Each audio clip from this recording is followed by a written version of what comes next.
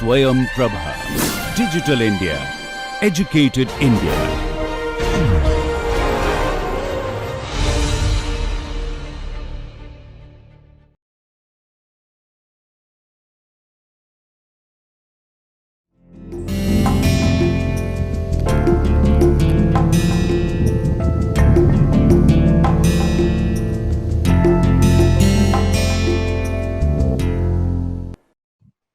नमस्कार। हम काफी विस्तार से राजनीतिक विचारधाराओं के बारे में चर्चा कर रहे हैं और अभी तक की चर्चा में जो कि स्वयं प्रभा और चैनल 16 के लिए मैं रिकॉर्ड कर रहा हूं, मैंने बहुत सारी विचारधाराओं के बारे में आपसे बातचीत की है। हमने राजनीतिक विचारधारा क्या है से आरंभ किया था और उदारवाद, मार्क्सवाद, नारीवाद से गुजरते हुए अनुदारवाद की भी हमने चर्चा की और आज हम अराजकतावाद या एनार्किज्म के बारे में चर्चा करेंगे। मुझे उम्मीद है कि आप सब इस शब्द से परिचित होंगे। अराजकता और अराजकतावाद आम बोलचाल में जब बहुत सारे राजनीतिज्ञों को एक दूसरे की आलोचना करनी होती है तो वे शब्द का इस्तेमाल करते हैं। वे अमूमन यह बोलते हैं कि एक खास तरह की व्यवस्था अराजकता को बढ़ाने वाली है, एक खास तरह की विचारधारा अराजकता को बढ़ाने वाली है। जब किसी नेता की आलोचना की जाती है तो उसके बारे में आमतौर पर यह कहा जाता है कि वह अराजकतावाद को बढ़ावा दे रहा है, अराजकता को बढ़ावा दे रहा है। तो अराजकता या एनार्की को समाचार पत्रों में हमारी दिन ब दिन या रोज रोज की जो राजनीतिक चर्चा होती है उसमें एक नकारात्मक शब्द के रूप में इस्तेमाल किया जाता है। एक ऐसा शब्द जो कि व्यवस्थाहीनता का प्रतीक है, एक ऐसा शब्द जिसके होने से यह बात या यह तस्वीर सामने आती है कि जिसके मन में जो आ रहा है वह कर रहा है। एक जैसे हम कहते हैं जंगल का कानून आ जाना, जिसमें कि प्रत्येक व्यक्ति अपनी स्वार्थ के लिए ही काम कर रहा है। एक तरीके की राक्षसी प्रवृत्ति या पशुवत प्रवृत्ति लोगों में आ गई है और बिना किसी कानून व्यवस्था के परवाह किए हर कोई काम किए जा रहा है। तो एक नकारात्मक परिघटना के रूप में अराजकतावाद की चर्चा होती है। लेकिन जब हम राजनीतिक विचारधारा के स्तर पर अराजकतावाद की बात करते हैं तो राजनीतिक विचारधारा के स्तर पर अराजकतावाद एक ऐसी सोच के रूप में सामने आती है जो कि मनुष्यों की मुक्ति की बात करती है और उस मुक्ति में आने वाली किसी भी बाधा को या हम कहें हर बाधा को हटाने पर जोर देती है। वह यह चाहती है कि मनुष्यों के जीवन में कोई भी हायरार्की ना हो। वह यह चाहती है कि मनुष्यों के जीवन में कोई भी ऐसी सत्ता ना हो जो उनकी स्वतंत्रता को रोके, उनकी स्वतंत्रता में बाधा उत्पन्न करे और उन्हें अपने अधीन करने का काम करे। और इस लिहाज से वे राज्य की समाप्ति की वकालत करते हैं। और इसी संदर्भ में आज की अपनी इस पूरी चर्चा में हम थोड़े व्यवस्थित रूप में अराजकतावाद के बारे में बातचीत करेंगे। और अगर हम शुरुआत करें इस एनार्की शब्द के प्रयोग से तो इसमें जो इसका एक ग्रीक शब्द है या ग्रीक शब्द से यह उत्पन्न हुआ है जिसका अर्थ है शासन रहित। और ये फ्रांसीसी क्रांति के समय इसका उपयोग नकारात्मक रूप में हुआ। नकारात्मक अर्थ का यहाँ पर तात्पर्य वही है जिसका अभी मैंने आपके सामने जिक्र किया, यानी कि एक ऐसी व्यवस्था का होना जिसमें कि किसी भी तरीके की कोई बंदिश ना हो, किसी भी तरीके की कोई कानून व्यवस्था ना हो, जिसकी लाठी उसकी भैंस के हिसाब से लोग काम करें। तो फ्रांसीसी क्रांति के समय इसका उपयोग हुआ था इसी रूप में और इससे इसे मुक्त करने, इस अर्थ से मुक्त करने की कोशिश अराजकतावादी लगातार करते रहे हैं। उनका जोर इस बात पर रहा है कि हमें अराजकतावाद को इस रूप में नहीं देखना चाहिए। इस संदर्भ में पियरे जोसेफ प्रूधों एक प्रसिद्ध राजनीतिक विचारक हुए हैं जिन्होंने अपनी एक पुस्तक लिखी है व्हाट इज प्रॉपर्टी। और व्हाट इज प्रॉपर्टी में उन्होंने इस बारे में काफी गहराई से विचार किया है। प्रूधों ने खुद को अराजकतावादी या एनार्किस्ट घोषित किया। उन्होंने इस शब्द का सकारात्मक रूप से प्रयोग किया। यह माना जाता है कि आधुनिक समय में विलियम गॉडविन ने 1793 में 1793 में इसका सबसे पहले प्रयोग किया था यानी कि अराजकतावाद शब्द का या एक सकारात्मक अर्थ में प्रयोग सबसे पहले विलियम गॉडविन ने किया था 1793 ईस्वी में। और ये एक तरीके से हम कह सकते हैं कि फ्रांसीसी क्रांति के बाद के कुछ समय में उन्होंने यह प्रयोग किया था। अब हम अगर अराजकतावाद पे आगे बढ़ने से पहले इस बात पर ध्यान दें कि किस तरीके की मुख्य विशेषताएं हैं अराजकतावाद की, तो हमें इसके पहलुओं को समझने में ज़्यादा आसानी होगी। जो अराजकतावाद की 4 प्रमुख विशेषताएं हैं जिन पर हमें ध्यान देने की आवश्यकता है, वह है गैर राज्यवाद, प्राकृतिक अवस्था, धर्म के नियंत्रण का विरोध और आर्थिक आज़ादी। अब यहाँ अगर हम गैर राज्यवाद की बात करें तो सबसे जो बुनियादी चीज़ है अराजकतावादियों की वो यह है, या अगर हमें अराजकतावाद को एक राजनीतिक विचारधारा के रूप में समझ कर रखना है तो हमें यह समझना होगा कि अराजकतावाद एक ऐसी राजनीतिक विचारधारा है जो यह मानकर चलती है कि मनुष्य जो है वो एक स्वतंत्र व्यक्ति के रूप में इस दुनिया में आया और एक स्वतंत्र व्यक्ति के रूप में उसे अपना जीवन यापन करने का अधिकार है। ऐसे में जो राज्य जैसी संस्था बनाई गई या राज्य जैसी संस्था उभर कर आई, उसने अपने नियमों के माध्यम से, अपने कानूनों के माध्यम से लोगों की स्वतंत्रताओं को बाधित करने का काम किया। अब इसमें राज्य की अलग अलग तरह की अवधारणाएं हो सकती हैं। हम सब जानते हैं कि राजनीति सिद्धांत में जो राज्य की पूरी अवधारणा का विकास हुआ,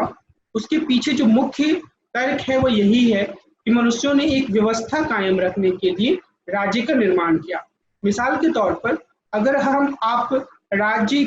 के बारे में सामाजिक समझौते के सिद्धांत सोशल कॉन्ट्रैक्ट थ्योरी पर नजर डालें तो उसमें प्रत्येक जो व्याख्या है उसमें यही बताया जाता है कि मनुष्य ने एक बेहतर स्थिति की ओर आगे बढ़ने के लिए, अपने जीवन की में ज्यादा बेहतर स्थिति हासिल करने के लिए एक ऐसी व्यवस्था के रूप में राज्य का निर्माण किया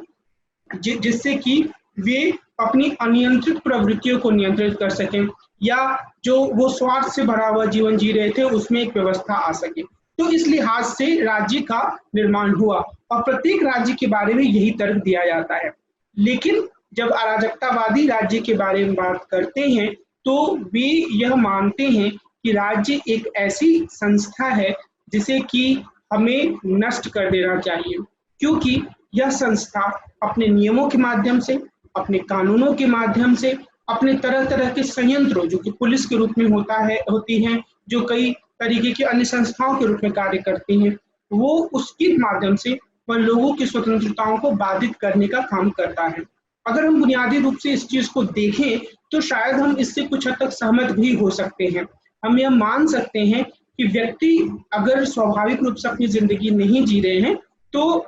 उसमें एक भूमिका राज्य के द्वारा बनाए गए कानूनों और नियमों की भी है, जो कि हमें बावजूद इसकी कि वो तर्क दिया जाता है कि वो हमारी भलाई के लिए है, लेकिन कई बार वह हमारी स्वाभाविक प्रवृत्ति को सप्रेस करता है। और उसके बारे में हम देख सकते हैं कि राज्य की काम करने के तरीके के बारे में जो अलग अलग तरीके की व्याख्याएं आई हैं उससे यह बात सामने आती है। मिसाल के तौर पर आज के दौर में यह माना जाता है कि राज्य एक निगरानी करने वाले राज्य में तब्दील हो चुका है, यानी कि आप क्या कर रहे हैं, आप किस तरह की गतिविधि कर रहे हैं, आपने यहाँ तक कि किस तरीके के विचारों को देखने की कोशिश की है अपने कंप्यूटर पे, इन सब चीजों पे राज्य की नजर है। तो एक अगर इस तरीके की बंदिशें राज्य की तरफ आती हैं या फिर अगर आप किसी कानून को गलत मानते हैं और उसका प्रतिरोध करने जाते हैं तो राज्य की तरफ से आपको दमन का सामना करना पड़ता है। तो ये सारी बातें जो हैं अराजकतावादी यह कहते हैं, उनका यह तर्क है, ये सारी बातें मनुष्य की जो स्वाभाविकता होती है, खुद को अभिव्यक्त करने या स्वाभाविक रूप से अभिव्यक्त करने की जो चाह होती है उसे बाधित करने का काम करती हैं, उसे कमजोर करने का काम करती हैं। तो इसलिए वो कहते हैं कि राज्य को एक तरीके से नष्ट कर देना चाहिए। गैर राज्यवाद के वो समर्थक के रूप में सामने आते हैं। दूसरे स्थान पर उन्होंने एक यह तर्क दिया कि जो प्राकृतिक स्वरूप है व्यक्तियों का, सारे जीवों का, विशेष रूप से मनुष्यों का, उन्हें उसमें रहने का अधिकार है और उनका यह कहना है कि मनुष्य को अगर स्वाभाविक रूप से रहने दिया जाए, वह जिस तरीके से दुनिया में आया है उसी तरीके से उसे दुनिया में अपना स्वाभाविक विकास करने दिया जाए, तो वह एक ऐसे व्यक्ति की तरफ के रूप में विकसित हो सकता है जो किसी भी तरीके के पद सोपान के अधीन नहीं है। अब इसका अर्थ यह नहीं है कि अराजकतावादी यह कह रहे हैं कि जो मनुष्य है वो एक तरीके से जो पुरातन स्थिति थी, जो पहले की ऐतिहासिक स्थिति थी, जहाँ सभ्यता का विकास नहीं हुआ था, जहाँ लोग बिना किसी संगठन के रह रहे थे, वो ऐसी स्थिति में जाने की वकालत कर रहे थे। ऐसा नहीं है। अराजकतावादी यह कहना चाह रहे हैं कि अगर हम वास्तविक अर्थों में मनुष्यों की स्थिति पर विचार करें तो हम यह पाएंगे कि जो अलग अलग तरीके के दबाव होते हैं मनुष्यों पर, जो बाहर से लगने वाले जो प्रेशर होते हैं, वह उसकी पूरे व्यक्तित्व को कुंठित करते हैं। उसकी जो स्वाभाविक प्राकृतिक गुण होते हैं, मिसाल के तौर पर करुणा का, दूसरों के दुख को महसूस करने का, उसका सप्रेशन करते हैं, उसका दमन करते हैं। और इस लिहाज से मनुष्य जो होता है वह अपने प्राकृतिक रूप से अलग होते हुए एक कुटिल, चालाक, बनावटी और अपने स्वार्थ के बारे में सोचने वाले व्यक्ति में तब्दील हो जाता है। इसलिए जो अराजकतावादी हैं उनका इस बात पर जोर है कि जो प्राकृतिक अवस्था है या प्राकृतिक स्वरूप है मनुष्यों का, उसकी स्थापना की जाए, उस रूप में मनुष्यों को जीवित रहने के लिए रास्ता दिखाया जाए। इसका मतलब यह है कि वे चाहते हैं कि जो जीवन है वो राज्य से रहित हो और जीवन को इस तरीके से संगठित किया जाए जिसमें राज्य जैसी कोई संस्था तो नहीं हो, लेकिन इसके साथ ही जो व्यक्ति हैं वो खुद को स्वाभाविक रूप से कायम रख पाए, उनके अंदर जो स्वाभाविक गुण है वो नष्ट ना हो। और इस संदर्भ में अराजकतावाद की एक तीसरी विशेषता उभर कर सामने आती है। इस तीसरी विशेषता के अंतर्गत यह अराजकतावादी यह मानते हैं कि जो धर्म है, यहाँ पर विशेष रूप से उन्होंने चर्च के संदर्भ में विचार किया, क्योंकि पश्चिम से जब यह विचार बढ़कर सामने आया तो चर्च ही धर्म की एक मुख्य संस्था के रूप में थी, लेकिन वे हर तरीके से धार्मिक प्रतिबंधों को नकारते हैं। और उनका यह कहना है कि मनुष्य की जो स्वाभाविकता होती है उसका सबसे बड़ा जो दमन होता है वह चर्च के द्वारा किया जाता है। इसका अर्थ क्या है? इसका अर्थ या फिर धार्मिक संस्थाओं के द्वारा किया जाता है। इसका अर्थ यह है कि अगर हम अपने जीवन पर ही ध्यान दें तो हम यह पाएंगे कि हम क्या कर सकते हैं या क्या नहीं कर सकते हैं, इसके बारे में एक प्रतिबंधों का या नियमावलियों का एक पूरा ढांचा है जो कि विभिन्न धर्मों के द्वारा अपने अनुयायियों के लिए तैयार किया गया है। यानी कि अगर हम अपने जीवन को अपने तरीके से स्वाभाविक रूप से जीना चाहें तो ऐसा नहीं हो पाता है, और अधिकांश मामलों में हमारा जीवन धार्मिकता या धार्मिक संगठनों की जकड़न से प्रभावित होता है। हम कुछ कामों को इसलिए नहीं करते हैं क्योंकि वो हमारे धर्म के धार्मिक गुरुओं के द्वारा निषिद्ध या रोकी जा चुकी है। तो इस लिहाज से जो धर्म होता है उसके जो व्यवहार होते हैं वो मनुष्यों की आज़ादी, मनुष्यों के स्वाभाविक स्वरूप में एक बाधा का काम करते हैं। और असल में अगर आप अपने जीवन में किसी भी तरीके के उदाहरण को देखें तो आप यह पाएंगे कि यह एक तरीके से सच्चाई को भी बयान कर रहा है या सच्चाई के काफी करीब है। आप चाहे किसी भी धर्म को मानने वाले हों, हिंदू, मुस्लिम, सिख, ईसाई, बौद्ध, पारसी, आप अगर नजदीक जाकर धर्म या धार्मिक परंपराओं को देखेंगे तो आप इस बात से इनकार नहीं कर पाएंगे कि असल में यह धार्मिक परंपराएं कई बार व्यक्तियों को एक खास तरीके से जीवित रहने के लिए मजबूर करते हैं और वो जो मनुष्य की प्राकृतिक सोच होती है उसे नष्ट करते हैं। यानी कि मनुष्य अगर इस दुनिया में आता है प्राकृतिक व्यक्ति के रूप में और उसके अंदर छल, छद्म, दिखावा, झूठ बोलने की प्रवृत्ति नहीं होती है, दूसरों से नफरत करने की प्रवृत्ति नहीं होती है, तो धर्म के द्वारा इस तरीके की भावनाओं को भरा जाता है, जाने अनजाने। कई बार ऐसा लग सकता है कि ये जानबूझकर नहीं हो रहा है, लेकिन अराजकतावादी इस बात पर जोर देते हैं कि जो पूरे वातावरण, ये पूरा एक फ्रेमवर्क जो बनाया जाता है उसके कारण से ऐसी स्थिति आती है। चौथे स्तर पर जो उनका जोर है वह है कि किस तरीके से जो आर्थिक आज़ादी है होनी चाहिए। अब आर्थिक आज़ादी के बारे में हमें यह समझने की आवश्यकता है कि और आगे हम इस चीज़ को देखेंगे भी कि जब हम अराजकतावाद के विभिन्न रूपों के पास जा को समझने की कोशिश करते हैं, तो उसमें एक एक वर्ग आता है जो कि सामुदायिकतावादी या फिर हम कह सकते हैं सामूहिकतावादी, यानी कि कलेक्टिविस्ट एनार्किस्ट हैं, और दूसरी ओर जो इंडिविजुअलिस्ट एनार्किस्ट हैं। अब इन दोनों में ही जो एक संपत्ति को लेकर जो विचार है वह अलग अलग है। जो व्यक्तिवादी अराजकतावादी या इंडिविजुअलिस्ट एनार्किस्ट हैं,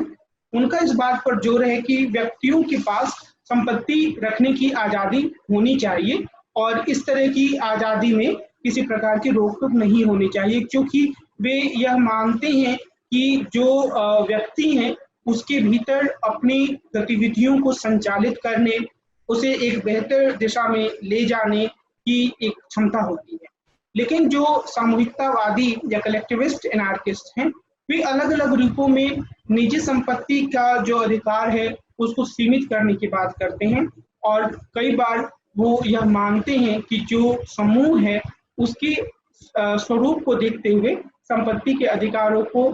अत्यंत सीमित कर देना चाहिए। और यहाँ पर अत्यंत सीमित से तात्पर्य यह है कि कोई भी व्यक्ति इस स्थिति में ना हो कि वो दूसरों के जीवन को, दूसरों के जो एक काम करने का या अपने जीवन को आगे बढ़ाने का तरीका है उसको नियंत्रित करे। तो इस लिहाज से ये हम कह सकते हैं कि आर्थिक आज़ादी के संदर्भ में दो तरह की धाराएं मौजूद हैं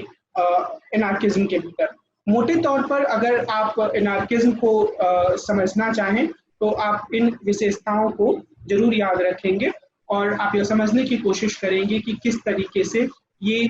चीजें काम कर रही हैं अराजकतावाद के भीतर। मोटे तौर पर आप यह ध्यान रखेंगे कि ये मानते हैं कि जो व्यक्ति है उसे स्वाभाविक रूप से या प्राकृतिक रूप से जिस तरीके से वह इस दुनिया में आया है वैसे अपने जीवन को आगे बढ़ाने का अधिकार है, लेकिन विभिन्न संस्थाएं जिसमें कि राज्य और धार्मिक संस्थाएं सम्मिलित हैं वह मनुष्यों को इस प्रकार की आज़ादी से वंचित करती हैं, और इसलिए इनका इस बात पर जोर है अराजकतावादियों का कि इनके नियंत्रण को खत्म किया जाना चाहिए, और वे यह मानकर चलते हैं कि मनुष्य को अपनी प्राकृतिक स्वरूप में यानी कि जैसे वो दुनिया में आया है वैसे जीवन जीने का अधिकार है। और आर्थिक आज़ादी के संदर्भ में उनका यह कहना है कि जो आर्थिक आज़ादी है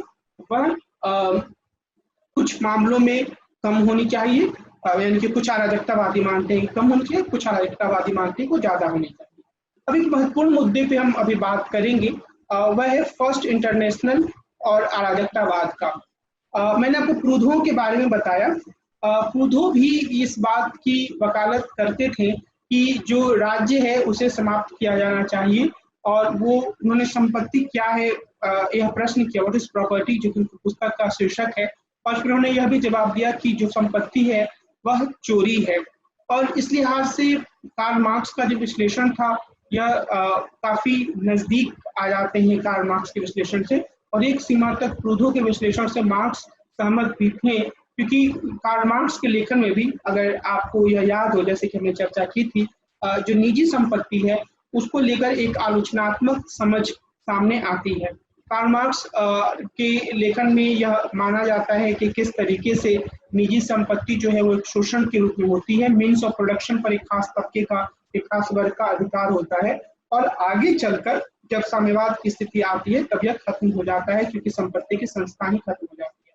तो खैर जो महत्वपूर्ण बात है वह यह है कि प्रूधो और मार्क्स के समर्थकों ने मिलकर 1864 में फर्स्ट इंटरनेशनल की स्थापना की थी, इंटरनेशनल वर्किंग मैन एसोसिएशन के रूप में। और इसका मतलब यह था कि इसमें अलग अलग संगठनों के लोग आकर और एक साझे रूप में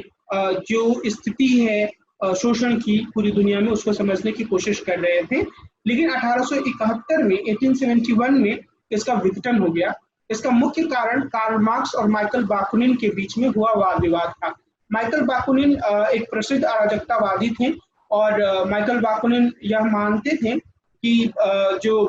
अराजकतावाद का रास्ता है वह मार्क्सवाद से अलग है, और बाकुनिन ने इससे अलग हटकर अपना विचार रखा। अब इस संदर्भ में जो समस्त विचार विमर्श है उसको समझने के लिए हमें यह ध्यान रखना होगा कि राज्य की भूमिका के बारे में और क्रांति के बारे में कार्ल मार्क्स के क्या विचार थे, और या अगर हम कहें कि कार्ल मार्क्स और फ्रेडरिक एंगल्स के क्या विचार थे, और अराजकतावादियों के क्या विचार थे जिनका नेतृत्व बाकुनिन कर रहे थे। अगर आप इस चीज को याद करने की कोशिश करें तो कि मार्क्सवाद के भीतर राज्य की क्या स्थिति है, तो आप इस चीज को ज्यादा बेहतर तरीके से समझ पाएंगे कि आखिर कार्ल मार्क्स किस सीमा तक या क्यों अराजकतावादियों से अलग हटकर सोचते थे। अराजकतावादी यह मानते थे कि जो राज्य है वह शोषण की संस्था है। मार्क्सवादी भी यह मानते थे, कार्ल मार्क्स भी मानते थे कि राज्य एक शोषण की संस्था है। अराजकतावादी, जिसमें कि बाकुनिन सबसे प्रमुख थे, उनका यह कहना था कि चूंकि राज्य एक शोषण की संस्था है, यह मनुष्यों का शोषण कर रही है, यह अन्याय का पोषण या उसको संरक्षण देने का काम कर रही है, इसलिए यह जरूरत है कि राज्य के खिलाफ तुरंत कार्रवाई आरंभ की जाए और राज्य को अभी के अभी नष्ट किया जाए और इसके लिए संघर्ष आरंभ किया जाए।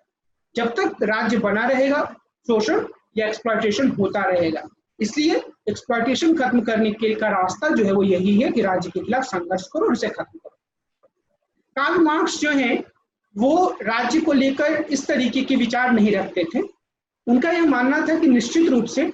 राज्य जो है वह शोषण को बढ़ावा देने वाली संस्था है। पूंजीवादी राज्य में पूंजीपति वर्गों के या कैपिटलिस्ट क्लासेस के हितों को बढ़ावा दिया जा रहा है।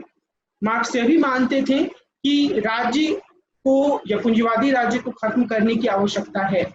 लेकिन वे यह मानते थे कि यह पूरा जो काम है वो एक प्रक्रिया के तहत ही हो सकता है। और प्रक्रिया के तहत होने का मतलब क्या है, अगर आप मार्क्सवाद के पूरे विवरण को याद रखेंगे तो उससे भी अब बात साफ हो जाएगी। मसलन वो ये मानते थे कि अगर श्रमिक वर्ग को क्रांति करनी है तो वह एकदम से गुस्से में आकर नाराज होकर क्रांति नहीं कर सकता है, बल्कि उसके भीतर एक राजनीतिक चेतना का विकास होना चाहिए, उसे दल के रूप में संगठित होना चाहिए, और फिर जब यह प्रक्रिया पूरी हो तब एक क्रांति की स्थिति आती है और उस दिशा में प्रयास किया जाना चाहिए। दूसरी बात जो प्रमुख रूप से मार्क्सवाद के सामने आई वह यह था कि ऐसा नहीं है कि पूंजीवादी राज्य को अगर श्रमिक वर्ग उखाड़ कर फेंक देता है तो राज्य खत्म हो जाएगा। कार्ल मार्क्स कहते हैं कि क्रांति के बाद एक सर्वहारा के तानाशाही की स्थिति आएगी, इसमें भी राज्य बना रहेगा। इस स्थिति में जो क्रांति का विरोध करने वाले प्रतिक्रियावादी तत्व हैं उनका दमन किया जाएगा और यह जो सर्वहारा की तानाशाही होगी उसमें राज्य की मैकेनिज्म या राज्य की मशीनरी के उपयोग के द्वारा यह कार्य किया जाएगा।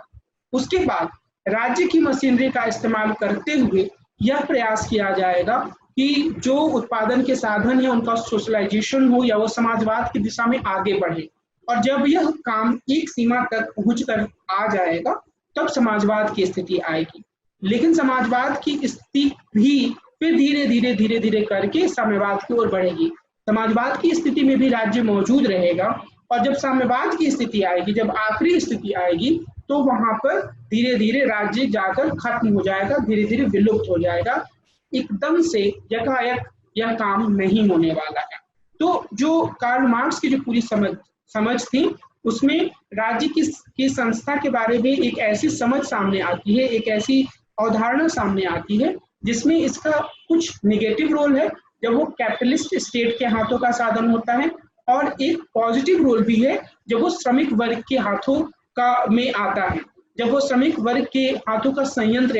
या मशीन या मशीनरी बनता है। तो इसके माध्यम से श्रमिक वर्ग पूंजीपतियों के हितों का संरक्षण करने वाले रिएक्शनरी एलिमेंट्स का दमन कर सकते हैं, समाजवाद की दिशा में आगे बढ़ने का प्रयास कर सकते हैं। तो यह जो एक प्रमुख अंतर था और यह जो प्रमुख एक वाद विवाद के रूप में राजनीति सिद्धांत में प्रसिद्ध है, उसे समझने की जरूरत है। तो अराजकतावादी और जो मार्क्सवादी थे वो एक करीब आए, लेकिन उनके बीच में बहुत ही बुनियादी मुद्दों पर एक साफ अंतर आया, एक अंतर साफ रूप से सामने आया। अब जिसमें कि मार्क्स यह कहते हैं कि ये एक एडवेंचरिज्म, क्रांति एडवेंचरिज्म का मामला नहीं है, बल्कि क्रांति के लिए काफी सोच समझकर, सोच विचार कर योजनाबद्ध तरीके से आगे बढ़ने की आवश्यकता होती है। और अराजकतावादियों को यह महसूस हुआ कि जिस रूप में यह वर्णन किया जा रहा है कि एक ऐसी स्थिति आएगी जहां पर कि श्रमिक वर्ग तैयार होगा क्रांति करने के लिए, तो वह असल में जो राज्य की संस्था है वो उसे अनंत काल तक बनाए रखने का बहाना भी बन सकता है। इसलिए जो अराजकतावादी थे और जो कार्ल मार्क्स के समर्थक थे, दोनों ही अलग अलग हो गए और फर्स्ट इंटरनेशनल का अंत हो गया। इसके बाद अगर हम आगे बढ़े और हम यह समझने की कोशिश करें कि किस तरीके से दो रूप हैं अराजकतावाद के, तो एक उसमें से सामूहिकतावादी अराजकतावाद है और जो दूसरा है वह जैसे मैंने आपको पहले बताया व्यक्तिवादी अराजकतावाद है। हम इन दोनों के कुछ पहलुओं को समझने का प्रयास करेंगे अभी। जो सामूहिकतावादी अराजकतावाद या कलेक्टिविस्ट एनार्किज्म है, उसमें मनुष्यों को एक सामाजिक प्राणी के रूप में माना जाता है। यानी कि यह माना जाता है कि जो मनुष्य होते हैं, और ये काफी हद तक जो समाजवादी चिंतन है उसके नजदीक है, और इसमें मनुष्यों की एक इगोइस्ट छवि या एक तरीके से ऐसी छवि सामने नहीं आती है जो मुख्य रूप से अपने बारे में चिंतन करता है या अपने बारे में विचार करता है। तो इसमें मनुष्यों को एक सामाजिक प्राणी के रूप में माना जाता है और इसकी मुख्य विशेषताएं इस प्रकार हैं। इसमें एक तरीके से एक्सट्रीम सोशलिज्म की बात कही जाती है। यह माना जाता है कि जो एक ऐसी स्थिति को हासिल करना संभव है जिस स्थिति में समाजवाद के मूल्यों का संरक्षण हो, जिस स्थिति में यह कहा जा सके कि मनुष्य एक सामाजिक प्राणी के रूप में अपने जीवन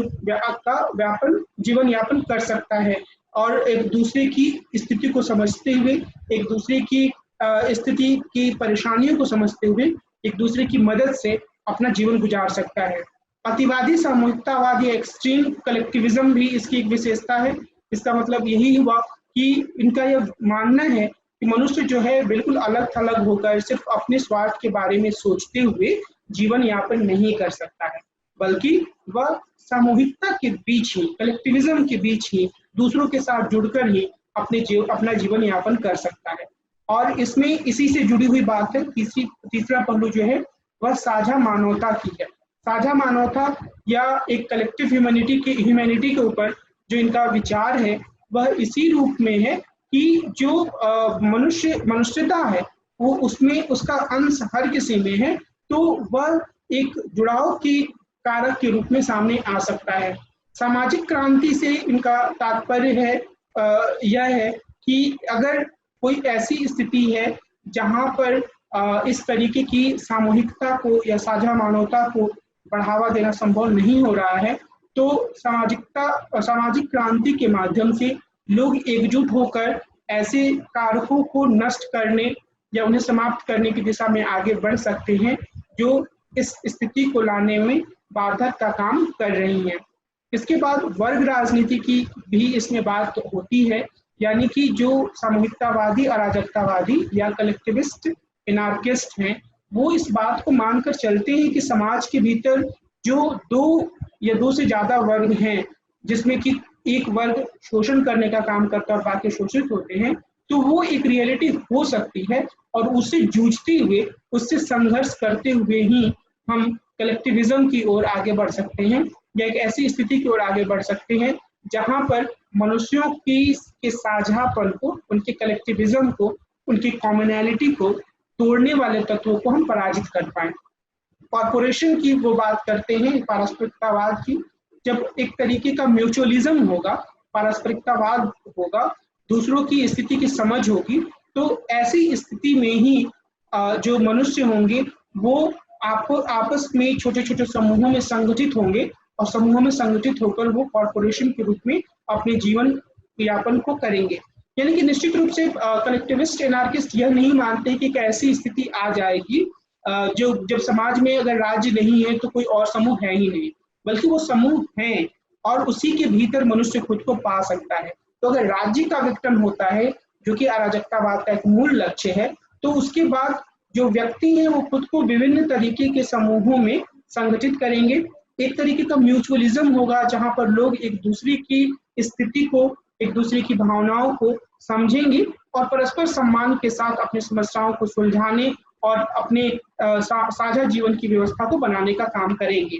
या यही इसी से यह बात सामने आती है कि वे एक सामुदायिक संगठन की वकालत करते हैं। और उसके पहले जैसे एक बिंदु है सामाजिक कर्तव्य का, ये सारे बिंदु और फिर एनार्को साम्यवाद, अगर आप ध्यान से देखें तो ये सारे बिंदु आपस में जुड़े हुए हैं। यानी कि अगर कॉर्पोरेशन या पारस्परिकता या म्यूचुअलिज्म की हम बात करते हैं तो वो तभी काम कर सकता है जब लोगों के भीतर सामाजिक कर्तव्य की भावना हो और वो सामुदायिक रूप से संगठित होने की भावना रखते हैं। और जो एनार्को साम्यवाद या एनार्को कम्युनिज्म की बात कही जा रही है, उसका सीधा सा मतलब यही है कि एक ऐसे साम्यवादी स्थिति को लाना जहां पर इस तरीके के समूहों के माध्यम से लोग खुद को संगठित करें, साझापन के साथ अपनी जीवन को गुजारें। बस जो एक महत्वपूर्ण बात है वो याद रखने की वह यह है कि साम्यवाद और एनार्को साम्यवाद में अंतर यही है कि मार्क्सवाद के भीतर जो कम्युनिज्म की स्थिति है वह एक ऐतिहासिक प्रक्रिया से होते हुए सामने आती है, और जो एनार्को कम्युनिज्म है वह यह मानता है कि मनुष्य जहां जिस स्थिति में है वहीं से ही उसे इसके लिए प्रयास शुरू कर देना चाहिए और एक ऐसी स्थिति का इंतजार नहीं करना चाहिए जहां पर उत्पादन के साधनों का इस सीमा तक विकास हो कि समाज दो वर्गों में बढ़ जाए और तब क्रांति हो, जैसा कि मार्क्सवाद के भीतर में माना जा रहा है। अब अगर हम यह बात करें कि किस तरीके से, जैसे मैंने आपको बताया कि ये जो कलेक्टिविस्ट एनार्किस्ट हैं वो सामुदायिकता के भीतर व्यक्ति की आज़ादी को निहित करते हैं और इसी कारण से इनके बीच और मार्क्सवाद के बीच में कई तरह की सहमति भी है। लेकिन जैसे मैंने पहले वर्णित किया कि राज्य की भूमिका के बारे में इनके बीच में असहमति रही है, क्रांति के समय के बारे में इनके बीच में असहमति रही है, और मुझे उम्मीद है कि आपके सामने ये बात क्लियर हो चुकी होगी कि यह असहमति क्यों है और क्यों। तो मोटे तौर पर ये तुरंत अराजकतावादी तुरंत कार्रवाई पर विश्वास करते हैं, जहां हैं जैसे हैं। पहला काम यही है कि अगर हमें यह समझ है कि अन्याय किस कारण से हो रहा है तो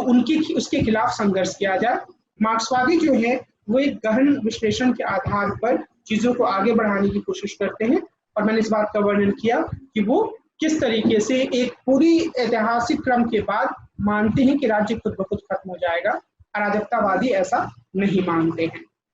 इसके अलावा अगर हम सामूहिकतावादी अराजकतावाद के कुछ रूपों को देखें तो उस पर हमें एक अलग तरह की समझ मिलेगी कि किस तरीके से जो सामूहिकतावादी अराजकतावाद है वह काम करता है या उसके कई किस तरीके के रूप सामने आए हैं। इसमें मुख्य रूप से पियरे जोसेफ प्रूदो के विचार आते हैं, जिनके बारे में शुरुआत में मैंने आप लोगों से उल्लेख किया था कि उन्होंने वो एक ऐसे विचारक के रूप में थे जिन्होंने अराजकतावाद के विचार को सबसे पहले जोर शोर से सामने रखा, और विलियम गॉडविन ने इसका पहले प्रयोग किया लेकिन ज्यादा व्यवस्थित रूप से प्रूदो ने इसको रखा था। और प्रूदो ने अपनी पुस्तक व्हाट इज प्रॉपर्टी में, जैसा कि उसके शीर्षक से ही सामने आता है, उन्होंने ये बात रखी थी कि जो संपत्ति है वह चोरी के रूप में है और राज्य जो है वो एक ऐसे संस्था है जो इस चोरी को, यानी कि संपत्ति के रूप में चोरी को संरक्षण देता है। और जरूरत किस बात की है कि ये जो पूरी स्थिति है उसकी मुखालफत की जाए, उसे खत्म किया जाए, और उसे खत्म तभी किया जा सकता है जब राज्य को खत्म किया जाए। लेकिन यहाँ एक बहुत ही रुचिकर बात सामने आती है, और वह यह है कि प्रूदो जो है वो निजी संपत्ति को, प्राइवेट प्रॉपर्टी को पूरी तरह से नष्ट नहीं करना चाहते हैं। इसके लिए वो मुख्य रूप से प्राइवेट प्रॉपर्टी या प्रॉपर्टी और पोजीशन दो अवधारणाओं के बीच में अंतर करते हैं। हम दोनों के लिए ही अक्सर आम जनजीवन में प्रॉपर्टी शब्द का इस्तेमाल करते हैं, लेकिन वो एक लेवल पर तो कहते हैं कि प्रॉपर्टी को खत्म किया जाना चाहिए, और दूसरे स्तर पर वो इस तरीके की एक व्यवस्था बनाना चाहते हैं जिसमें कि छोटा छोटा जमीन का टुकड़ा, स्मॉल लैंड होल्डिंग जो है वो हर किसी के पास हो, और तो हर कोई कुछ संपत्ति रखे, लेकिन हर कोई, और प्रूदो के शब्दों में हर किसी के पास कुछ पोजीशन हो, प्रॉपर्टी ना हो, क्योंकि वो मानते हैं कि जो प्रॉपर्टी है उसके साथ एक थेफ्ट और एक्सप्लॉइटेशन की अवधारणा जुड़ी हुई है, लेकिन जब वो पोजीशन के रूप में है तो लोग एक दूसरे के एक अपने जीवन को यापन कर रहे हैं और जरूरत पड़ने पर दूसरे की मदद भी कर सकते हैं। तो जो प्रूदो हैं वो पोजीशन के रूप में प्रॉपर्टी रखने की वकालत करते हैं, और वो ये मानकर चलते हैं कि लोगों के भीतर एक म्यूचुअलिज्म की भावना होती है और व्यवस्था ऐसी ही होनी चाहिए जिसमें इस म्यूचुअलिज्म यानी कि दूसरों की स्थिति को समझना, दूसरों की स्थिति को समझते हुए उनकी सहायता करना, यह भावना जो है वो मजबूती से काम करे। और प्रूदो इसी रूप में अपने विचारों को प्रस्तुत करते हैं और वो एक ऐसी ही अराजकतावादी स्थिति को लाना चाहते हैं। वो चाहते हैं कि किसी के पास इस तरीके से संपत्ति ना हो कि वो दूसरों का शोषण करे, लेकिन किसी के पास जरूर कुछ पोजीशन हो जिससे वो अगर जरूरत पड़ने पे बाकी लोगों को मदद कर पाए। सामूहिकतावादी अराजकतावाद का एक प्रमुख रूप अराजकतावादी सिंडिकलवाद भी है। अब सिंडिकलिज्म जो है वो एक तरीके से क्रांतिकारी ट्रेड यूनियनवाद का एक प्रमुख एक रूप है, और इस रूप में इसमें जो एक ट्रेड यूनियन की जो पूरी अवधारणा सामने आती है वह फ्रांसीसी शब्द से ही आती है, जिसका अर्थ है समूह या यूनियन, और यह सबसे पहले फ्रांस में ही उभरा और 1914 से पहले शक्तिशाली CGT यूनियन द्वारा इसे स्वीकार किया गया। बाद में इटली, लैटिन अमेरिका और स्पेन में इसका प्रसार हुआ। जॉर्ज सोरेल एक प्रमुख सिंडिकलवादी सिद्धांतकार थे। अपनी पुस्तक रिफ्लेक्शंस ऑफ वायलेंस में 1908 में उन्होंने सामान्य हड़ताल के माध्यम से क्रांति की कल्पना की। तो इसमें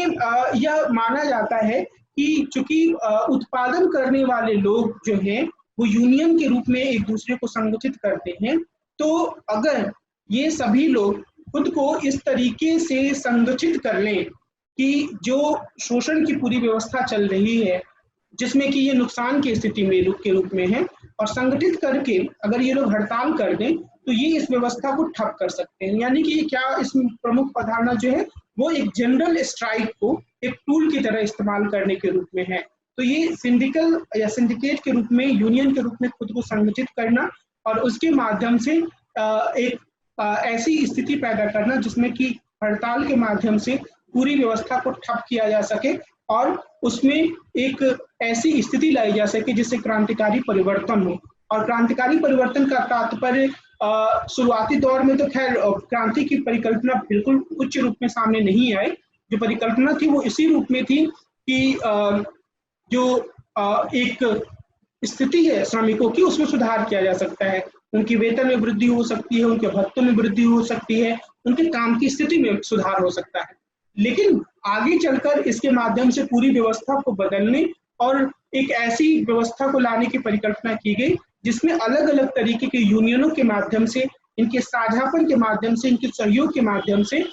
शासन को संचालित किया जा सके। और इस संदर्भ में जो अराजकतावादी थे उन्होंने सिंडिकलवाद के दो पहलुओं को अपनाया और इसके माध्यम से एक अराजकतावादी सिंडिकलवाद, एनार्किस्ट सिंडिकलिज्म का पूरा विचार सामने आया। पहला जो था वह यह कि सिंडिकलवादियों ने पारंपरिक राजनीति को भ्रष्ट और व्यर्थ माना। तो यह एक तरीके से अराजकतावादियों के विचारों का अनुरूप था, क्योंकि अराजकतावादी भी यह मानते थे कि जिस रूप में पूरी व्यवस्था या पूरी राजनीति संचालित हो रही है वह सिर्फ और सिर्फ शोषण की व्यवस्था को कायम रखने का साधन है। और इसी तरीके से जो सिंडिकलिस्ट थे उनके एक और विचार ने भी एनार्किस्ट सिंडिकलिस्ट को आकृष्ट किया, और वह यह कि वे भी एक नॉन हायरार्किकल यानी कि गैर सोपानीय विकेंद्रीकृत व्यवस्था की अवधारणा प्रस्तुत करते थे। यानी कि जो एक डिसेंट्रलाइज्ड सिस्टम हो सकता है उसे भी एनार्किस्ट सिंडिकलिस्ट जो थे उन्होंने अपने आप एक आकर्षक विचार के रूप में पाया। लेकिन हमें यह याद रखनी है, यह बात याद रखने की जरूरत है कि जो दूसरा पहलू इसमें सामने आ रहा है वह यह है कि यह जो पूरा विचार है उसमें हमें यह समझने की जरूरत है कि जो एक एनार्किस्ट सिंडिकलिज्म था वो काफी आगे तक नहीं जा पाया। इसका कारण यह है कि इसमें जो पूरी स्थिति है वह इस बात से जुड़ी हुई है कि मजदूर यूनियन के रूप में काफी मजबूती से एक दूसरे से जुड़े हुए हों। कई देशों में यह आंदोलन काफी मजबूती से सामने आया, लेकिन वह एक ऐसी स्थिति तक नहीं पहुंच पाया जिसकी कल्पना सिंडिकलिस्ट ने की थी, और वह स्थिति इस बात से जुड़ी हुई थी कि वो एक क्रांति की स्थिति पैदा कर देंगे। तो यह एक समस्या के रूप में या एक सीमा के रूप में इसके भीतर सामने आता है। इस स्लाइड में एक छोटी सी गलती जिसको मैं या भूल मानूंगा, जिसको कि आप थोड़ा देखते समय इसको अवॉइड कर सकते हैं, और वह है कि ये एनार्को कम्युनिज्म के बारे में पूरी बात है। और इसमें जो एनार्को कम्युनिज्म जिसको कि शीर्षक में अराजकतावादी सिंडिकलवाद लिखा गया, असल में वो एनार्को कम्युनिज्म होना चाहिए। इसमें सामाजिक एकजुटता और सामूहिकतावाद और पूर्ण साम्यवाद की दिशा में जो ले जाने की बात है वह की जाती है। अब इसमें सहयोग की मानवीय क्षमता पर अत्यधिक आशावादी रूप से विश्वास किया जाता है, और इसे सबसे अच्छी तरीके से पीटर क्रोपोटकिन ने व्यक्त किया। और वे यह मानते हैं कि पूंजीवाद ने, यानी कि जो एनार्को कम्युनिज्म का विचार है, वो पीटर क्रोपोटकिन के विचारों में सबसे ज्यादा बेहतर तरीके से सामने आया। और इसमें बस मैं एक बार फिर से आपको ये याद दिलाना चाहूंगा कि पिछले स्लाइड में जहां पर अराजकतावादी सिंडिकलवाद लिखा हुआ था, असल में वह अराजकतावादी साम्यवाद वहां पर शब्द होना चाहिए, जो गलती से सिंडिकलवाद लिखा हुआ है। बाकी सारी चीजें जो है वो सही रूप में है। तो जो एनार्किस्ट या एनार्को कम्युनिज्म के समर्थक हैं, जिसमें कि पीटर क्रोपोटकिन एक प्रमुख विचारक के रूप में सामने आए, वे यह मानते हैं कि जो सामाजिक एकजुटता की भावना होती है या सामूहिकतावाद की जो भावना होती है, वह साम्यवाद की दिशा में ले जा सकती है। अब इसमें मानवीय सहयोग की जो या सहयोग करने की जो मानवीय क्षमता है, उसे बहुत ही आशावादी रूप में देखा जाता है। इसे सबसे अच्छी तरीके से जो क्रोपोटकिन ने तो व्यक्त किया, ये हमने इस पर डिस्कस किया। लेकिन जो क्रोपोटकिन है वो मानते हैं कि पूंजीवाद ने मनुष्यों में परस्पर सहयोग की भावना को खत्म कर दिया है, क्योंकि पूंजीवाद जो होता है वह एक तरीके से लगातार प्रतियोगिता की भावना भरता है। हर किसी को यहाँ ज्यादा से ज्यादा चीजों को अपने पक्ष में करने की चाह होती है। तो यह जो एक स्थिति होती है, उसने मनुष्यों के भीतर परस्पर सहयोग की भावना को कमजोर और खत्म किया है। पियरे जोसेफ प्रूदो ने यह कहा था कि साम्यवाद सिर्फ सत्तावादी राज्य की स्थापना करेगा, यानी कि जो प्रूदो ने कम्युनिज्म के आइडिया की आलोचना की थी, लेकिन जो पीटर क्रोपोटकिन है वो राज्य की समाप्ति और उसके बाद छोटे और स्व प्रबंधन यानी कि सेल्फ मैनेजमेंट करने वाले समुदायों की कल्पना करते हैं। तो इस लिहाज से ये जो एनार्को कम्युनिज्म का विचार है वह एक ऐसे विचार के रूप में सामने आता है जो कि साम्यवाद की ओर व्यवस्था को ले जाना चाहता है, और उसमें वह छोटे और अपने मैनेजमेंट करने वाले समूहों के माध्यम से एक व्यवस्था की स्थापना करने का प्रयास करता है। तो इसमें जो एक प्रमुख बात है वो यही है कि सामूहिकतावादी जो एनार्किज्म है उसके कई रूप हैं जिस पर हमने विचार किए। अब अगर हम इस बात पर ध्यान दें कि किस तरीके से जो इंडिविजुअलिस्ट एनार्किस्ट हैं, जो कि एनार्किज्म का एक दूसरा रूप है, उसमें विचारों को व्यक्त किया गया, तो एक जो सबसे बुनियादी चीज हमें याद रखने की आवश्यकता है वह यह कि यह काफी हद तक जो उदारवाद के भीतर जो एक अवधारणा है व्यक्ति की, उसको मानकर चलता है, और यह उसके माध्यम से ही एनार्किज्म के रास्ते पर आगे बढ़ना चाहता है, या फिर व्यक्ति को केंद्र में रखते हुए, व्यक्ति को ध्यान में रखते हुए एनार्किज्म की अवधारणा का समर्थन करता है।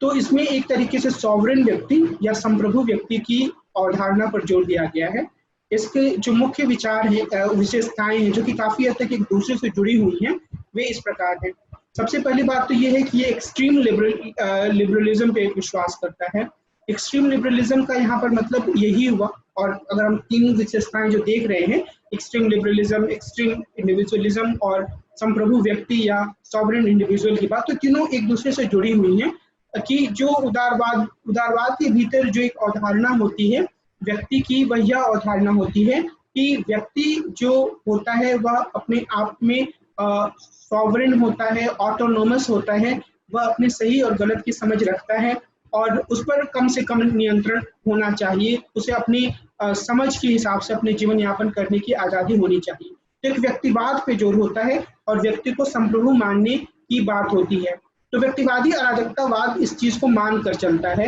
लेकिन इसके साथ ही वो राज्य की जो पूरी आवश्यकता है उसको भी नकारता है। दूसरा, इसमें सविनय अवज्ञा या फिर सिविल डिसोबीडियंस पर जोर दिया जाता है, यानी कि जो व्यक्ति है वह अपने स्तर पर राज्य का विरोध कर सकता है, राज्य की मुखालफत कर सकता है। अब जैसे सविनय अवज्ञा से यहाँ पर एक मुख्य जो बात है वो महात्मा गांधी जैसे जो व्यक्तित्व हैं उन्हें, जिन्होंने भी खुद को अराजकतावादी कहा, उनको भी रखा जा सकता है, जिसके बारे में थोड़ा विस्तार से हम आगे देखेंगे। इसके बाद एटोमिज्म की बात है, मतलब ये कि व्यक्ति जो होता है वह खुद के भीतर अपने आप में जो व्यक्ति है वह सबसे प्रमुख केंद्र के रूप में होता है और उसको उस रूप में देखने की आवश्यकता है। व्यक्ति के भीतर इगोइज्म भी होता है। इगोइज्म से यहाँ पर तात्पर्य यह है कि समुदाय पर अत्यधिक निर्भर होने के बजाय व्यक्ति खुद को अपनी सोच, अपने समझने की क्षमता पर ज्यादा निर्भर पाता है। उसे यह महसूस होता है कि वह अपनी जो लक्ष्य हैं और लक्ष्य को साधन करने के जो तरीके हैं उनको काफी बेहतर तरीके से हासिल कर सकता है। और समझौता परक दायित्व, यानी कि व्यक्ति जो है वो दूसरों से समझौता करने, अपने हितों को पूरा करने के लिए दूसरों से समझौता करने की प्रवृत्ति रखता है और उसे एक सकारात्मक कारक के रूप में देखा जाना चाहिए। इसके अलावा इसमें बाजार संयंत्र को, यानी कि जो मार्केट का जो पूरा मैकेनिज्म, उसे खासा महत्व दिया जाता है। और आगे में देखेंगे कि अलग अलग तरीके के एनार्किस्ट, जो इंडिविजुअलिस्ट एनार्किस्ट हैं, उन्होंने भी इसी बात पर जोर दिया है कि बाजार एक ऐसी संस्था के रूप में है जो व्यक्ति को अपने हितों को पूरा करने में समर्थ बनाती है। इसमें निजी संपत्ति का जोरदार तरीके से संघर्ष किया जाता है, समर्थन किया जाता है निजी संपत्ति का। और इसमें यह माना जाता है कि जो कैपिटलिज्म होता है वो एक ऐसी स्थिति पैदा कर सकता है जिसके माध्यम से हम एनार्किज्म वाली स्थिति तक पहुंच पाए सकारात्मक रूप से, यानी कि राज्य को पूरी तरीके से खत्म कर सकता है अगर कैपिटलिज्म को पूरी तरीके से काम करने दिया जाए तो इसमें जो रूप हैं अलग अलग, व्यक्तिगत अराजकतावाद है, व्यक्तिवादी अराजकतावाद, इंडिविजुअलिस्ट एनार्किज्म। तो उसमें सबसे पहला है इगोइज्म या अहमवाद। मैक्स स्टिनर ने अपनी पुस्तक the ego and his own में इसके समर्थन में विचार व्यक्त किया है और इसमें इनका मुख्य रूप से इसी बात पर जोर है कि जो व्यक्ति होता है वह अपने बारे में सबसे बेहतर तरीके से फैसला कर सकता है और व्यक्ति को यह इजाजत दी जानी चाहिए कि वह अपने बारे में खुद फैसला करे, बजाय इसके कि अलग अलग तरीके के राज्य के रूप में या धार्मिक संस्थाओं के रूप में ऐसे कारक हों जो व्यक्ति की सोच और समझ को प्रभावित करें। तो इसमें इस रूप में व्यक्ति की स्वतंत्रता और राज्य की अप्रासंगिकता के विचार को प्रस्तुत किया जाता है। दूसरा स्वतंत्रतावाद का विचार है। इसमें जो मुख्यतः डेविड थोरो ने अपनी पुस्तक सिविल डिसोबीडियंस में, जो कि उन्होंने 1845 में लिखा था, उसमें उन्होंने इसके समर्थन में विचार व्यक्त किया था और उन्होंने ये कहा था कि वह सरकार अच्छी है जो बिल्कुल शासन नहीं करती है। और इसी तरीके से यहाँ भी एक तरीके से लिबर्टेरियनिज्म का विचार है, लेकिन वह लिबर्टेरियनिज्म का विचार जो एक राजनीतिक उदारवाद के भीतर हमने लिबर्टेरियनिज्म पढ़ा था जिसमें रॉबर्ट नॉजिक एक प्रमुख चिंतक के रूप में आते हैं, उससे अलग है क्योंकि वो एक मिनिमल स्टेट की बात करता है। लेकिन जब अराजकतावादी स्वतंत्रतावाद की बात करते हैं तो वो राज्य को पूरी तरीके से नकारते हैं। और इसमें बहुत से विचारकों, अब दो चीजों की तरफ मैं आपका ध्यान दिलाना चाहता हूँ। एक तो डेविड थोरो ने जो सिविल डिसोबीडियंस का विचार व्यक्त किया, बाद में महात्मा गांधी ने भी इसका एक नए सिरे से इस्तेमाल किया और उन्होंने भी खुद को एक अराजकतावादी की संज्ञा दी।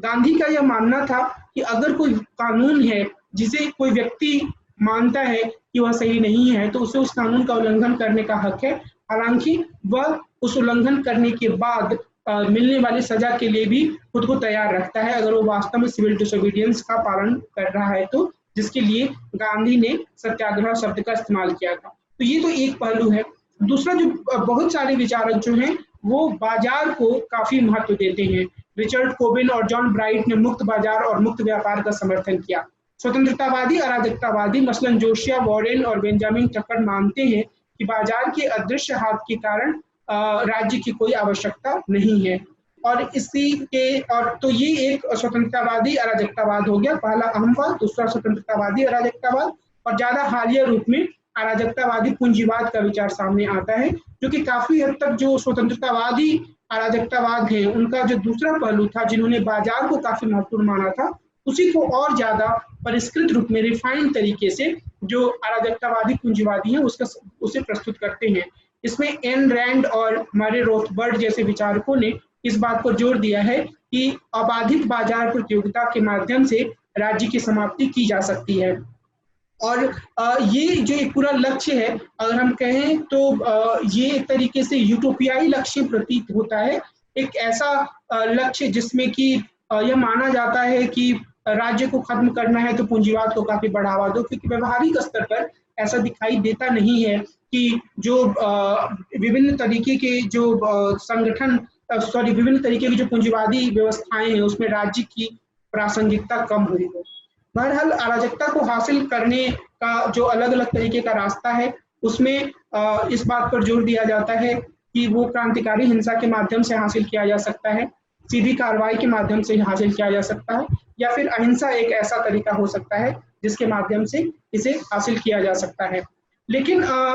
जो अगर वर्तमान दौर में अराजकता की कई स्तरों पर आलोचना की जाती है, अब बस एक चीज जरूर याद रखेंगे कि वर्तमान समय में बहुत सारे ऐसे तत्व हैं जिनके लिए अराजकतावादी शब्द का इस्तेमाल किया जाता है। मिसाल के तौर पर अगर कोई संगठन टेररिस्ट एक्टिविटी करता है तो उसे अराजकतावादी कहा जाता है, या फिर कई बार माओवादी हिंसा के लिए कहा जाता है कि वह एक अराजकतावादी कार्रवाई है। लेकिन दरअसल ये संगठन जो हैं वो अराजकतावादी नहीं है। ये ऐसे संगठन हैं, जैसे मिसाल के तौर पर माओवाद को ले तो वो मौजूदा राज्य को समाप्त करके अपने हिसाब से राज्य को स्थापित करना चाहते हैं। वो अराजकतावादी नहीं है, वो राज्य को खत्म नहीं करना चाहते हैं बिल्कुल। उसी तरीके से जो आतंकवाद का समर्थन करने वाले हैं एक विशेष धर्म के रूप में, वो ये धर्म के समर्थक के रूप में वे यह चाहते हैं कि राज्य खत्म हो और उसकी जगह उनके हिसाब से राज्य स्थापित हो। तो मिसाल के तौर पर अगर कोई इस्लाम को मानते हुए धर्म आतंकवाद का सहारा ले रहा है, या कोई हिंदू धर्म को मानते हुए या कोई बौद्ध धर्म को मानते हुए आतंकवाद का सहारा ले रहा है, वो ये चाहता है कि जो मौजूदा व्यवस्था है वो खत्म हो और उसके स्थान पर इस्लामिक राज्य या हिंदू राज्य या मुस्लिम राज्य की स्थापना हो। तो ये भी अराजकतावाद नहीं है, क्योंकि हम इसके लिए बार बार अराजकता शब्द का इस्तेमाल करते हैं, तो एक स्पष्टता होनी चाहिए। अगर हम अराजकतावाद की आलोचना की बात करें तो हमें एक चीज तो जरूर याद रखनी चाहिए कि मौजूदा समय में, वर्तमान समय में यह एक बहुत ही वायबल या व्यवहारिक विचारधारा नहीं मानी जाती है, और यह माना जाता है कि एक आदर्श के रूप में तो यह ठीक है, लेकिन यह जरूरी नहीं है कि राज्य की प्रासंगिकता खत्म की जा सके और एक अराजकतावादी विचार आ पाए। लेकिन अगर हम विभिन्न विचारधाराओं के नजरिए से इसकी आलोचना की बात करें तो हम इस बात पर इस नतीजे पर पहुंच सकते हैं कि चाहे वो उदारवाद हो, चाहे वो मार्क्सवाद हो, चाहे वो अनुदारवाद हो, चाहे वो नारीवाद हो, इन या उत्तर आधुनिकतावाद हो, इन सब ने अराजकतावाद की आलोचना ही की है। मिसाल के तौर पर उदारवादी यह मानते हैं कि राज्य की आवश्यकता होती है, भले ही वो न्यूनतम राज्य के रूप में हो। बहुत सारे उदारवादी न्यूनतम राज्य की तरफदारी करते हैं, लेकिन वहां राज्य जरूर होना चाहिए, क्योंकि मनुष्य की गतिविधियों का नियमन करने, उनका रेगुलेशन करने का काम करता है। मार्क्सवादियों और अराजकतावादियों के बीच के विभेद को हमने बहुत विस्तार से देखा है, और मार्क्सवादी इस बात से कतई सहमत नहीं है कि राज्य अभी जिस रूप में है उसी रूप में उसे नष्ट करने के लिए काम किया जाना चाहिए। वो इसे एक ऐतिहासिक प्रक्रिया के माध्यम से नष्ट करने की बात करते हैं। अनुदारवादियों को इस बात से काफी समस्या है, ऐसी हर विचारधारा से, और अराजकतावादी भी, अराजकतावाद भी उनमें से एक है जो कि अतीत से चली आ रही चीजों को पूरा बुरा मानता है और उसे तुरंत खत्म करना चाहता है। वे जो अनुदारवादी हैं, कंजर्वेटिव जो है, वो धीरे धीरे क्रमिक परिवर्तन करना चाहते हैं। जो नारीवादी हैं उनका यह मानना है कि जो अराजकतावाद एक तरीके से राज्य को खत्म करना चाह रहा है और समुदायों की बात कर रहा है, उसमें स्त्रियों की स्थिति कैसी होगी, पितृसत्ता किस तरीके से खत्म होगा, उसके बारे में कोई विश्लेषण मौजूद नहीं है, और इस रूप में यह सिर्फ स्त्रियों को का शोषण को बढ़ावा देने वाला साबित हो सकता है। उत्तर आधुनिकतावादियों या पोस्ट मॉडर्निस्ट ने हर तरीके की विचारधारा की आलोचना प्रस्तुत की है, क्योंकि इनका यह मानना है कि यह सिर्फ मनुष्यों की एक तरीके के आयाम को प्रस्तुत करता है, एक आधी अधूरी तस्वीर प्रस्तुत किया जाता है इन सभी विचारधाराओं में, चाहे वो उदारवाद हो चाहे वो अराजकतावाद हो। मिसाल के तौर पर अराजकतावाद ये मानकर चलता है कि मनुष्य जो है वो सिर्फ और सिर्फ स्वतंत्र रहना चाहता है, और मनुष्यों के बीच में जो दूसरे तरीके के जुड़ाव हो सकते हैं या उनकी और जो दूसरे पहलू हो सकते हैं जीवन के, उसके बारे में अराजकतावाद खामोश है। मिसाल के तौर पर और जो एक स्वतंत्रता के अलावा जो एक चाह होती है मनुष्यों के भीतर, यानी कि धर्म के माध्यम से, धार्मिक विश्वासों के माध्यम से सामूहिक जीवन को आगे बढ़ाना, उसको अराजकतावाद पूरी तरीके से नकारता है। उत्तराधुनिकतावादी इस बात पर जोर देते हैं कि यह एक एकांगी या एक सीमित वर्णन है। तो इस लिहाज से अराजकतावाद की काफी आलोचनाएं भी हुई हैं। हम यह कह सकते हैं कि अराजकतावाद एक मजबूत आलोचना है राज्य जिस तरीके से व्यक्तियों के जीवन को नियंत्रित करने की कोशिश करता है। इसके अधिकांश विकल्प या अधिकांश रूप प्रामाणिक साबित नहीं हुए हैं, लेकिन कई बार अगर हम व्यक्तिगत या व्यक्तिवादी अराजकतावाद की बात करें, और जैसे कि हम लोगों ने गांधी का उदाहरण दिया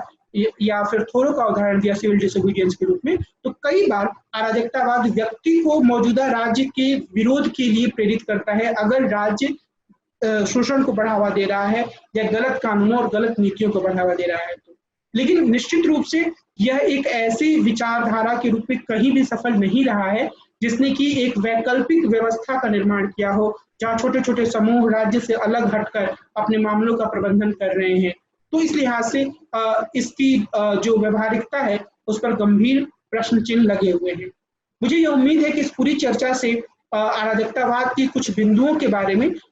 मैं आपके सामने कुछ समझ बना पाने में सफल रहा हूँगा। आपको इस लेक्चर को सुनने के बाद अराजकतावाद के बारे में थोड़ी समझ मिली होगी। अगले एपिसोड में हम मिलेंगे और हम एक और आइडियोलॉजी के बारे में चर्चा करेंगे। तब तक के लिए मैं आपसे इजाजत चाहूंगा। नमस्कार।